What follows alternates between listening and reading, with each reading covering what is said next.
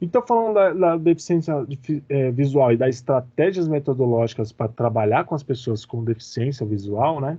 Então, ó, o mundo está repleto de informações visuais, imagens, símbolos, gráficos, letras, números, e essa realidade que nos faz refletir sobre a necessidade do indivíduo como um deficiente visual que está inserido na sociedade, porque tem muita informação visual. A gente muitas vezes não percebe, mas são muitas informações visuais. Se vocês, uma coisa que eu reparei quando teve uma época, né, que eu era o prefeito da cidade de São Paulo, era o prefeito Kassab, e ele mudou ele colocou uma lei que não poderia outdoor, não poderia poluição visual, que ele classificava, né? E aí o que acontece?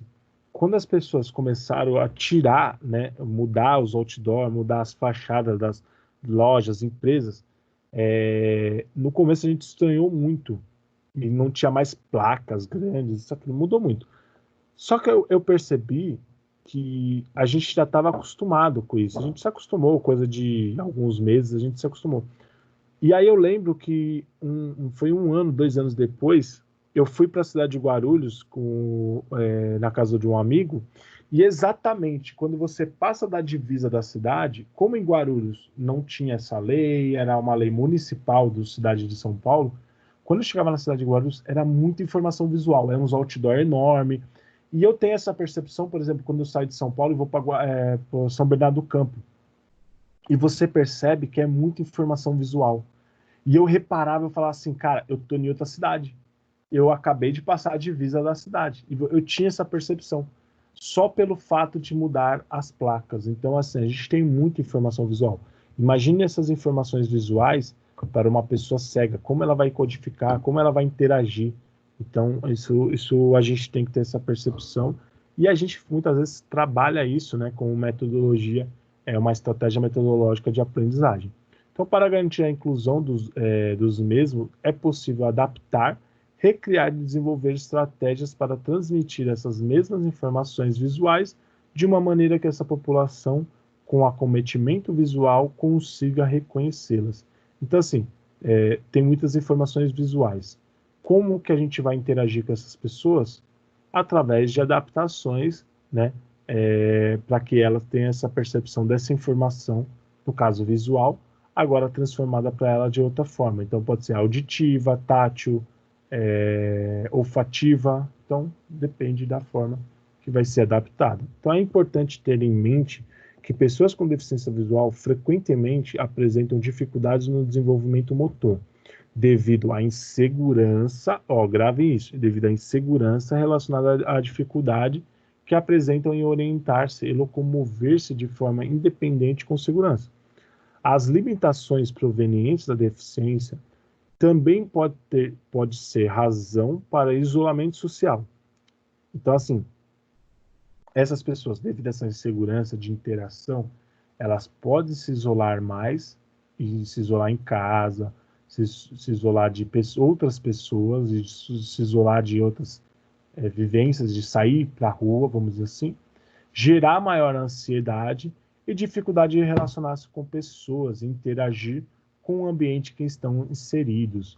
E aí que a gente pensa assim, ó, essa pessoa tem essa dificuldade devido ao ambiente, essa insegurança de interagir. Por quê?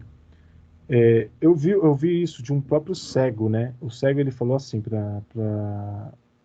eu tive essa percepção. Ele deu esse relato, né? Que assim, ele quanto cego, a casa dele tinha totalmente regiões adaptadas no sentido de mudanças ali de informações. Ele colocava borracha em batentes no canto na quina das mesas, dos móveis. E ele tinha adaptações na casa dele que permitiam que ele tivesse uma interação sem correr qualquer risco assim de machucar, de se lesionar. E ele conseguia interagir com tudo que tinha na casa dele. Então ele não se sentia deficiente visual dentro da casa dele. Quando ele atravessava a porta, ele já se sentia como deficiente visual, como cego, porque aí ele tentava interagir com os objetos, tentava interagir com as outras coisas, e ele tinha essa dificuldade devido às outras coisas não estarem adaptadas a ele. Então ele tinha coisas ali, por exemplo, no apartamento dele, no prédio dele, que ele interagia tranquilamente. Quando ele atravessava a rua, ele se sentia totalmente cego. E aí ele tinha que usar das outras percepções visuais dele, percepções visuais não, no caso percepções auditivas e percepções tátil, para poder interagir com o mundo ali.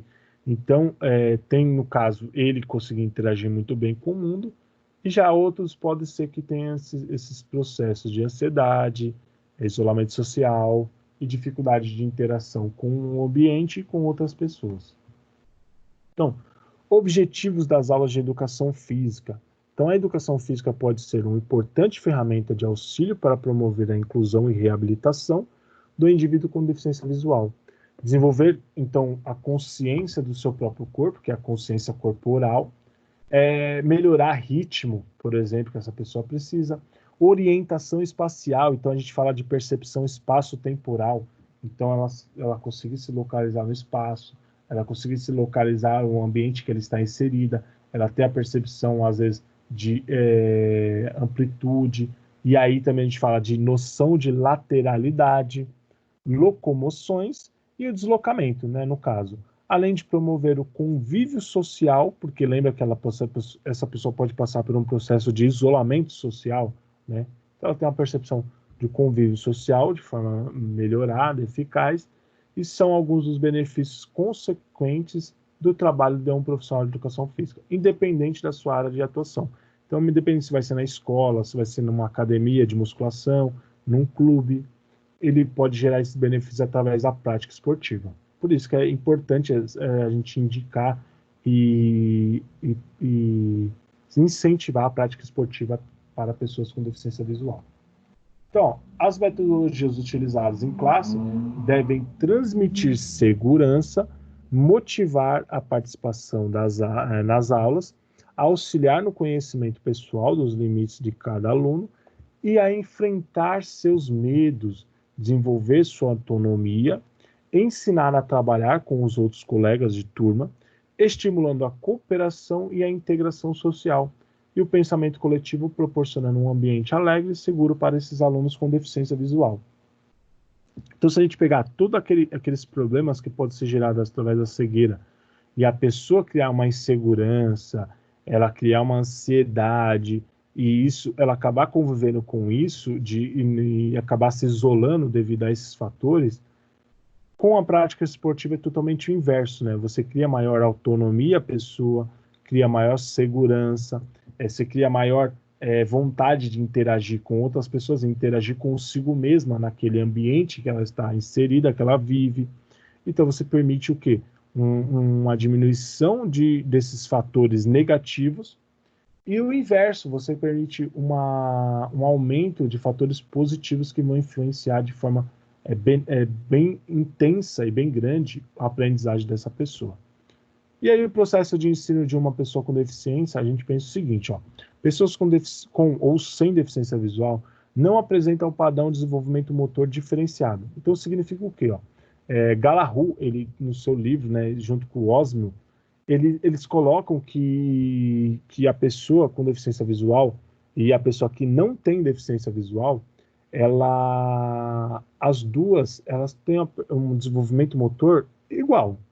Elas vão ter o desenvolvimento motor igual. Então, assim, o corpo dela vai funcionar da mesma forma, a sequência de progressão vai ser a mesma. A questão é que, mesmo ambos, você fazendo um trabalho com ambos, eles vão ter a adaptação da informação e a melhoria daquela capacidade física, por exemplo, no caso do ritmo, por exemplo, ela vai ter uma diferenciação. Por quê? Devido à insegurança, devido à forma que a pessoa interage, pessoa cega. Então, aí, no caso, ela vai ter essa diferenciação no resultado final, que aí deve ser um processo, vamos dizer assim, um pouco mais longo, bem trabalhado, que você tenha maior paciência com os resultados e você não queira resultados imediatos, mas resultados consecutivos a longo prazo, tá bom? Então, ó, se a gente pensar assim, um estímulo que pode ser feito. Então, assim, ó, iniciando uma explanação quanto aos estímulos auditivos verbais explicativos. Então, a gente vai dar estímulos auditivos verbais, então, falar com essa pessoa, e de forma explicativa, explicando, dando detalhes, explicando o que é esperado dela naquela prática esportiva. Então, sinais éticos, né? Percebemos que o primeiro é composto por um conjunto de indicações explicativas por meio de palavras e o segundo por sinalizações não verbais, entretanto, contendo as mesmas orientações vocais. Então, uma informação, ela não é verbal, então não é falada, mas ela dá informações, e outra informação é a fala. Então, assim, vamos dizer assim, ó, percepção através de forma verbal explicativa. É eu mesmo falar e explicar para a pessoa aquele ambiente, o que ela está acontecendo. Por exemplo, a audiodescrição. A pessoa vai assistir um filme, por exemplo, e no filme tem a audiodescrição. É uma informação auditiva, verbal explicativa. Agora, outras informações que não têm essa explicação, porém elas não são verbais, porém uma informação, são informações sonoras. Por exemplo, uma ambulância. Eu não preciso explicar para a pessoa que chegou uma ambulância, mas o fato de ela ouvir o som de uma ambulância, ela sabe o que, que é, porque assim, se ela foi ensinada, ela foi aprender o que é isso, ela sabe o que é uma ambulância, ela consegue identificar devido às experiências de aprendizagem que ela teve. Tá bom? Então, aí são informações, sinalizações não verbais. A sinalética pode ser subdividida, né, em orientações que transmitem instruções ou não. E aí essas instruções, isso vai do quê? Como eu falei para vocês, da ambulância, eu explicar para a pessoa que é uma ambulância, então a criança, né, eu orientá-la, eu orientar os pais que tudo que faz barulho, ela explicar para a criança o que, que é. Por exemplo, um liquidificador, quando ela liga o liquidificador, a criança tem que entender. Quando a mãe liga uma batedeira, a pessoa tem que diferenciar. Para que isso, ela com o tempo, ela cria autonomia e ela, até se ela necessário, utilizar esses objetos a seu favor de uma forma que ela consiga interagir melhor com o meio ambiente, tá bom? E ó, os estímulos táteis, por exemplo, podem ser classificados como diretos e indiretos. E aí é muito importante isso, essa percepção desses estímulos direto e indireto. Os estímulos diretos possuem o principal elemento característico, é o toque, tanto entre o professor e o aluno, quanto entre o aluno e o professor, para sentir os movimentos e serem executados. Então, esse estímulo direto, por exemplo, muitas vezes você vai ter que pegar a mão da pessoa e fazer o movimento segurando a pessoa para que ela entenda o movimento que você está esperando. Então, ela tem que ter esses estímulos táteis, e aí a gente tem o controle, então a gente precisa desses estímulos. E, por exemplo, no aluno tocar, no caso, o professor, é no sentido assim, por exemplo, você vai guiar essa pessoa na sala, você vai guiar essa pessoa na quadra. Então, essa pessoa tocar o seu ombro, por exemplo, e conforme você vai se movimentando, ela vai tendo essa percepção dos seus movimentos. E aí você vai, por exemplo, para a esquerda, essa pessoa tem a percepção de ir para a esquerda. Você vai para a direita, ela tem essa percepção de ir para a direita. Isso a gente faria isso de forma prática, né? Se a gente voltar se a gente voltar no final dessa quarentena, a gente conseguir fazer algumas aulas práticas, eu vou fazer isso com vocês para vocês terem essa percepção, tipo, vocês usarem, por exemplo, vendas, e aí a gente fazer essas atividades, esses exercícios que a gente usa bastante desses tipos de informações táteis, sonoros, informações sonoras para a gente ter identificação de informações e a gente saber, por exemplo, como ensinar nossos alunos. E de forma indireta, estímulos táteis de forma indireta estão relacionados à exploração pelo meio ambiente através do tato. Então, essa pessoa interagir com o ambiente que ela está tocando. Então, por exemplo, tocar uma garrafa, ter a percepção dessa garrafa, do vidro, percepção de uma garrafa de metal, né, ter essa percepção de um celular, para ela tocar, então a percepção de uma árvore. Com o ambiente, ela vai ter essa percepção tátil de tocar os objetos e as coisas, e assim para ela se orientar no espaço, para ela adquirir as informações quanto àqueles objetos. Então a gente tem aqui, ó,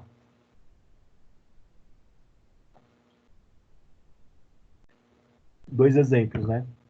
O estímulos que a gente pode ofertar a essas pessoas, e estímulos, por exemplo, auditivos. A gente tem sinalética e a verbal explicativa. Na sinalética, sem instrução, com instrução, aparelho eletrônico e vocal, aparelho vocal. É o já relacionado à sinalética. Já estímulos táteis, eles estão aqui relacionados a táteis e até estímulos de propriocepção. Então, estímulos de propriocepção, a gente pode falar de estímulos de equilíbrio, estímulo usando, por exemplo, outras percepções que elas estão relacionadas com a parte tátil, estão relacionadas com o corpo, porém de uma outra forma, né? Mas vamos falar um pouquinho da táteis. A gente tem, então, a direta e a indireta, que a gente discutiu. Então, a direta com o toque entre o aluno e o professor, no caso, entre o professor e o aluno, para mostrar um exercício. Esse toque ele está fundado em transformar esse toque em informação, para que ela tenha uma interpretação do movimento. E a indireta de a exploração do ambiente, que ela vai tocar os objetos para ter uma exploração do ambiente. E aí, no processo de ensino, ó, Machado, em 2011, ele afirma aqui o seguinte, que a propriocepção é um recurso utilizado por pessoas com deficiência visual que os permite, mesmo sem o auxílio de recursos visuais, situar ou perceber um movimento ao seu redor. Então, assim, ó, pegando só esse ganchinho do comecinho, através de percepções de propriocepção, por exemplo, essa pessoa cega, ela está andando numa calçada. Então, pensa o seguinte, ela está andando numa calçada. Do seu lado direito, na calçada, tem um monte de casa, e do seu lado esquerdo está a rua. Quando ela chega numa esquina, não tem mais casa do lado direito dela. Então, ela fica com o lado direito e o lado esquerdo livre. E ela tem, muitas vezes, a percepção que ela não está mais próximo de uma parede. Por quê? Porque o vento agora bate do lado direito dela. Antigamente, o vento batia do lado esquerdo. Aí, quando ela chegou na esquina, o vento também bate do lado direito. Ela tem essa percepção de mudança. Então, ali é o que vai permitir ela, através de informações de propriocepção tátil na pele, de proprioceptores na pele, ela vai ter essa captação de informação e assim ela vai conseguir, por exemplo, interagir melhor. Pô, acabou o muro aqui, então eu estou numa esquina. O que eu faço? No meu cálculo, eu vou para a direita, eu viro a esquina, ou eu continuo reto, ou eu viro para a esquerda, atravesso a rua à esquerda. Então aí ele tem essa percepção, tá bom? E, ó, portanto, a forma de proprioceptiva é originária da percepção corporal no espaço em que o indivíduo se encontra, devendo ser considerado o equilíbrio e a postura corporal. O reconhecimento do espaço físico, somado ao desenvolvimento da propriocepção, é essencial para proporcionar segurança para a pessoa. Então, por exemplo, uma outra percepção proprioceptiva, assim, da desenvolvimento proprioceptivo da pessoa. Se ela está na sala de aula, por exemplo, vocês na sala de aula, quando vocês atravessam a porta, por vocês irem para um ambiente aberto, o som muda, o som daquele ambiente modifica. Então a pessoa tem essa percepção que ela não está mais dentro de um local mais fechado, restrito, que ela está num local mais aberto, mais expositivo. E aí ela vai ter que tomar cuidado quanto a isso, quanto à interação nesse lugar, muitas vezes, ou ela vai mudar a sua forma de interação com esse ambiente, porque já é um ambiente mais amplo, um ambiente mais diferente. Então ela teve uma mudança no espaço físico. E, ó, ao se pensar no desenvolvimento seguro de atividades educacionais com pessoas com deficiência visual, algumas orientações são relevantes, né? Se a gente pensasse no Ministério da Saúde, que elas fazem. Portas devem ficar completamente abertas ou fechadas para evitar acidentes. A disposição do ambiente deve ser estável e qualquer alteração deve ser notificada. Então, assim, pegando o gancho dessas duas primeiras informações.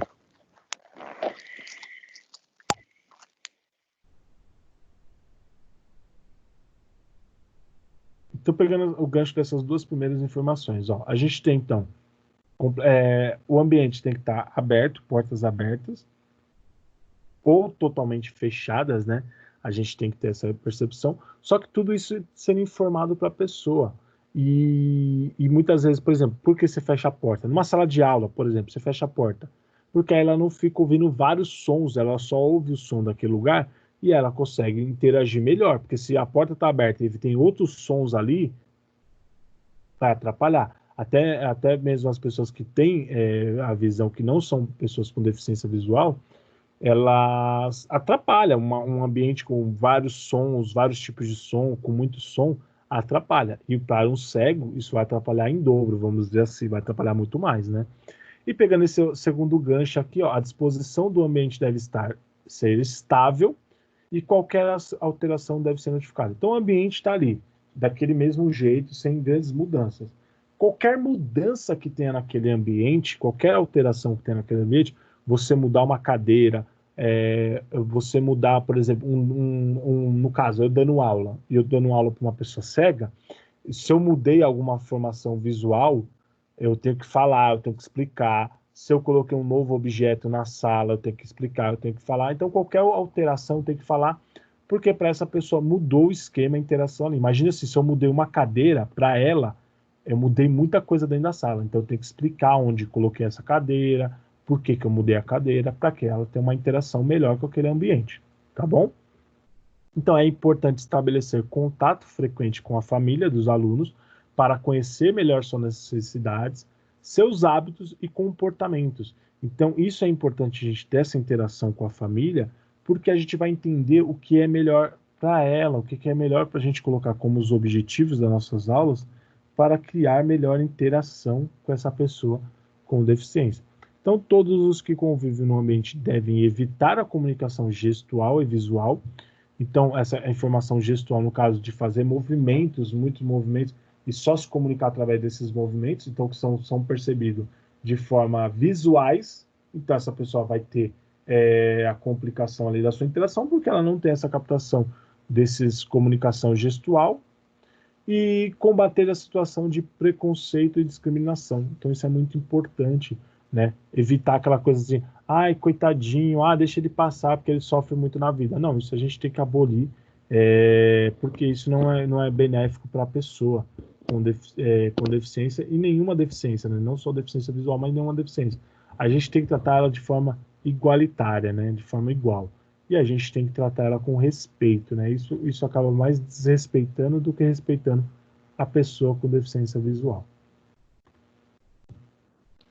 E aí, nesse processo de aprendizagem, né? Só para encerrar aqui, então, sempre que possível, não corrija apenas com palavras, utilize também o toque para mostrar o que está errado. Então, você às vezes mostrar, por exemplo, se você tá usando uma bola para interagir, você fazer ela segurar a bola, ela interagir com a bola, não só dar informações visuais, é uma bola, ela é redonda. Não, você dá informações faladas, né, ou através da fala mesmo, né, informações auditivas, e você dá informações através tátil, né, informações pelo toque, para que essa pessoa tenha uma interação melhor. Sempre que possível, faça você mesmo a demonstração do que está sendo solicitado e peça ao aluno que toque para sentir o movimento. Então, por exemplo, você está jogando com essa pessoa futebol. Então, você faz o movimento e você pede para a pessoa tocar a região do seu corpo que se você está executando o movimento, para que essa pessoa tenha uma percepção do que você está fazendo. Então, por exemplo, se você está fazendo um movimento de controle da bola, essa pessoa muitas vezes tocar o seu ombro para ver a alteração que você tem do tronco, tocar, por exemplo, no joelho para ver a percepção que ela tem do movimento que você está fazendo. Então, isso vai permitir maior interação e aprendizagem também. Caminhe pelo espaço com os alunos com deficiência visual para que eles reconheçam o local. Então, você se deslocar pelos ambientes, né? Fazer mudanças de direção, ir para a direita, para a esquerda, subir uma escada, descer a escada, subir a escada, subir uma rampa, descer uma rampa. Você utilizar de todo o espaço que você tem para que essa pessoa interaja de forma mais eficiente com esse espaço. E os Cidades e Freitas, em 2002, eles apontam que para desenvolver atividades físicas deve ser considerado alguns fatores, como características das tarefas motoras, então quais as tarefas motoras que você está aplicando com seus alunos. A gente tem que ter essa percepção dessas atividades físicas, dessas tarefas motoras, para que ela consiga fazer de forma eficiente. Imagina se você vai passar um pega-pega. não vai funcionar, porque você precisa de informações visuais para você interagir. Então, talvez um pega-pega em que ele tenha uma pessoa guiando ela e pessoas guiando as pessoas com deficiência visual, talvez funcionaria, pode ser mais vantajoso, né? Mas aí é a adaptação que o professor tem que fazer.